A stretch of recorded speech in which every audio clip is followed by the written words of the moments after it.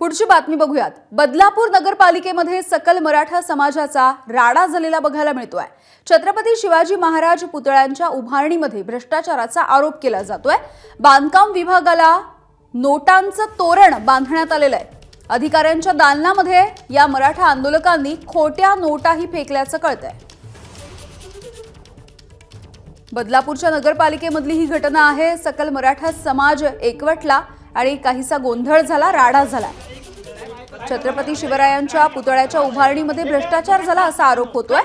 सुरेश काटे याविषयीची अधिकची माहिती देतील। सुरेश, यामिनी बदलापूर नगर परिषद जी आहे त्या परिषदेमध्ये आज सकल समाजाकडून मोर्चा काढण्यात आला। त्यांची एकच मागणी होती की छत्रपती शिवाजी महाराजांचा जो पुतळा उभारण्यात आलेला आहे त्या ठिकाणी मोठ्या प्रमाणामध्ये भ्रष्टाचार झालेला आहे।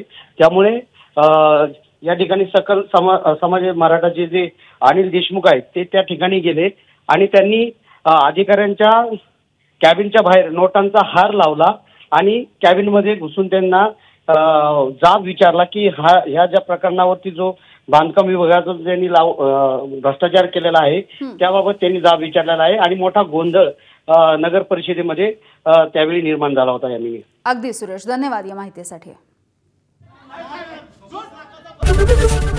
एबीपी माझा, उघडा डोळे बघा नीट।